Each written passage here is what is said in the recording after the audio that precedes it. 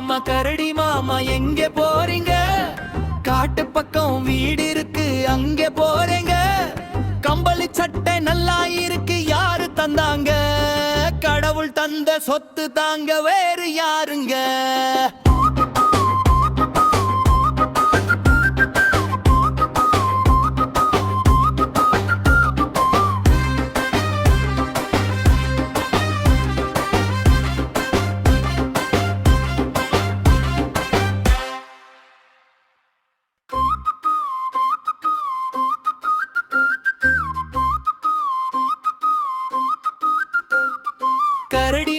கரடி மாமா எங்கே போறீங்க?